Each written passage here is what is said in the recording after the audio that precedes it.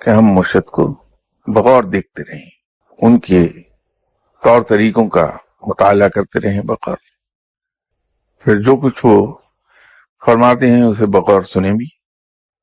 یہ سب کرنے کے لیے ہمیں مرشد کے پاس خاموشی سے بیٹھنا پڑے گا۔ تو مختصر الفاظ میں یہ کہا جا سکتا ہے کہ جب ہم مرشد کی خدمت میں حاضر ہوں تو اپنی زبان کو تالا لگا لیں، اپنی عقل کو گھر چھوڑائیں، صرف آنکھیں کھلی رکھیں اور کان کھلے رکھیں۔ ہاں البتہ کہیں کہیں ایسا لقمہ دے دیجئے بات میں کہ جس سے آپ کے مرشد مجبور ہو جائیں کہ وہ بولتے رہیں۔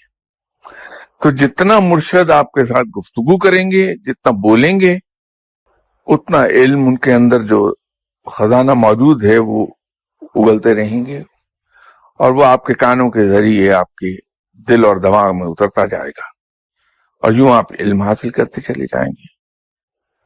جتنا آپ مرشد کی محفل میں بیٹھ کے بولیں گے اتنا مرشد خاموش رہے گا اور علم آپ تک نہیں پہنچ پائے گا۔ تو مرشد کے حضور خاموشی اور توجہ سے سننا اور توجہ سے دیکھنا یہ لازمی امر ہے اگر ہم مرشد سے علم لینا چاہتے ہیں تو۔ دوسری چیز ادب ہے۔ اگر ہم خود اپنے آپ کو دیکھیں، ہمارے گھر پر آنے والے یا ہم جہاں مہمان گئے ہیں وہاں پر ہمیں ملنے والے بچے یا صاحبان جو مؤدب ہیں، ہماری عزت کرتے ہیں اور ویل مینرڈ ہیں، ویل ایٹیکیٹڈ ہیں، ہمیں وہی آدمی پسند آتا ہے۔ زیادہ جو بولے یا اوچھی حرکتیں کرے ہم اسے پسند نہیں کرتے۔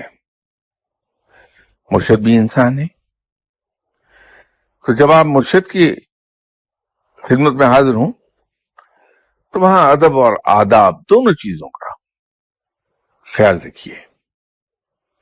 تو اگر ہم صرف یہ دو کام کر گئے کہ مرشد کے یہاں حاضر ہوتے وقت ادب اور آداب دونوں کا خیال رکھا، ہم نے خاموش رہے، اپنی آنکھوں اور کانوں کا استعمال خوب کیا،